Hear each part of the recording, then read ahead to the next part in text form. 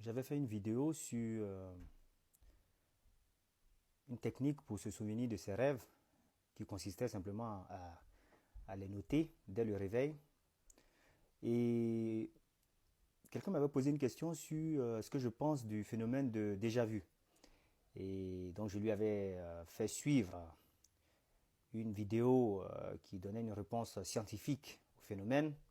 Bon, j'avoue que la réponse scientifique n'est pas très claire, hein. Même moi, j'ai du mal à la comprendre. Il a fallu que j'y réfléchisse un peu longtemps pour capter ce que l'auteur voulait transmettre. Vous pouvez aller retrouver la vidéo et voir la réponse que j'avais donnée. Et ensuite, j'avais donné ma propre réponse. J'avais tout simplement dit que pour moi, les phénomènes de déjà-vu, je ne dis pas tous les phénomènes de déjà-vu, mais en tout cas certains, pourraient ou peuvent s'expliquer tout simplement par le fait que, en fait, on a déjà rêvé les événements qu'on vit.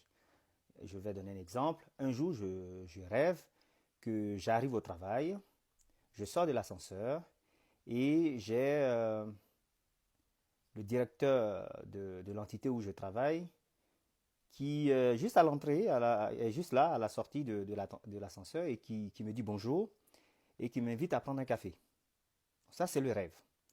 Et vous savez, quand vous faites un rêve qui va se réaliser, ou en tout cas qui est assez réaliste, cela se voit, se sent à travers l'atmosphère du rêve. Vous avez une atmosphère qui est vraiment celle de la réalité. Donc vous sentez que ce rêve-là, il n'est pas comme les autres. Donc j'avais cette sensation. Donc quand je me suis réveillé, je l'ai noté très vite. Je l'ai partagé avec, évidemment, avec mon épouse.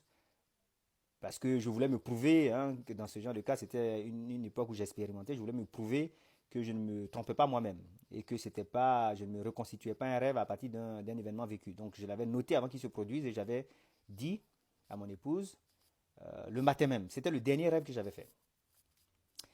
Et figurez-vous, j'arrive au boulot, je sors de l'ascenseur. Évidemment, j'avais oublié mon rêve, hein. Je sors de l'ascenseur et qui je vois? Eh ben, le directeur de l'entité où je travaille. Et qu'est-ce qu'il fait? Il me dit bonjour. Bon, il m'a pas invité tout de suite au café, mais c'était beaucoup plus tard. Mais je venais de vivre en direct l'événement que j'avais vu dans mon rêve. Et donc, j'utilise cet exemple parce que si je ne m'étais pas souvenu de mon rêve à ce moment-là, j'aurais certainement eu une sensation de déjà vu, hein. Je me serais dit, mais c'est bizarre, ce truc me dit quelque chose, cet événement me rappelle quelque chose, un événement que j'ai déjà vécu. Mais bien sûr que je l'avais vécu, mais dans mon rêve. Mais là, je savais que je l'avais vécu dans mon rêve parce que j'avais noté mon rêve et je m'en souvenais. Et donc, j'explique comme ça une partie des événements, des phénomènes de déjà vu par ce fait-là, par le fait que, en fait, les événements sont parfois, seraient certainement parfois des rêves qui se réalisent, mais dont on n'a plus le souvenir. Mais qui, par association d'idées, et par le fait qu'aucun souvenir ne disparaît en réalité, par ce fait-là, notre cerveau fait la connexion. Même si nous, consciemment, on ne se souvient pas avoir vécu cet événement dans le rêve, le souvenir est présent.